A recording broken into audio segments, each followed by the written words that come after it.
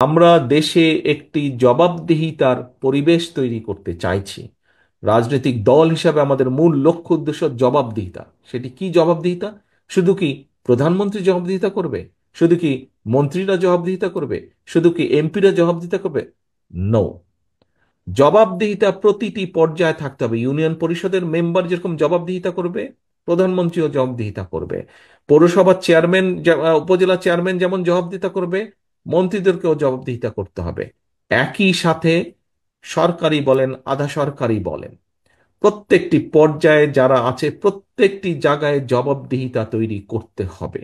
একদিনে সম্ভব না, কিন্তু সেটি সম্ভব, অবাস্তব কিছু না। কারণ প্রিয় সহকর্মীবৃন্দ, আপনি যদি আপনার নিজের পরিবারকে দিয়ে চিন্তা করেন, পরিবারে একটি জবাবদিহিতা আছে বলেই কিন্তু পরিবার টিকে থাকে। পরিবারের কতগুলো নীতি নৈতিকতা থাকে, জবাবদিহিতা আছে বলেই, সেই জন্যই পরিবারটি ঐক্যবদ্ধ থাকে।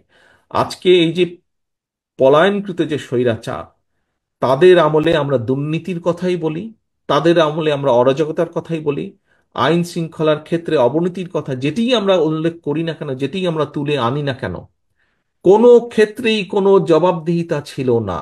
আপনারা দেখেছেন 14 সাল, 24 সাল, 18 সাল, তথাকথিত নির্বাচনগুলো দেখেছেন আপনারা। এই ফরিদপুরেই আমরা দেখেছি, পত্রপত্রিকায় দেখেছি যে তাদের অঙ্গ সহযোগী সংগঠনের নেতারাই বলেছে যে, বিভিন্নভাবে পত্রিকা এসেছে যে হাজারো কোটি টাকা তারা পাচার করে দিয়েছে। এখন এই যে অর্থ পাচার তারা করেছে, এটি কার কি ফরিদপুরের মানুষ ভালো সেটি জানে।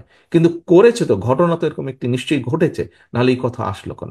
এখন দেশে যদি সত্যিকারভাবে জবাবদিহিতা থাকতো, তাহলে কি দেশের মানুষের এই 2,000 কোটি টাকা পাচার করা সম্ভব ছিল? অবশ্যই সেটা সম্ভব ছিল না। কাজেই আমরা দুর্নীতিকেই অ্যাড্রেস করতে চাই, আমরা আইনের শাসনকেই প্রতিষ্ঠিত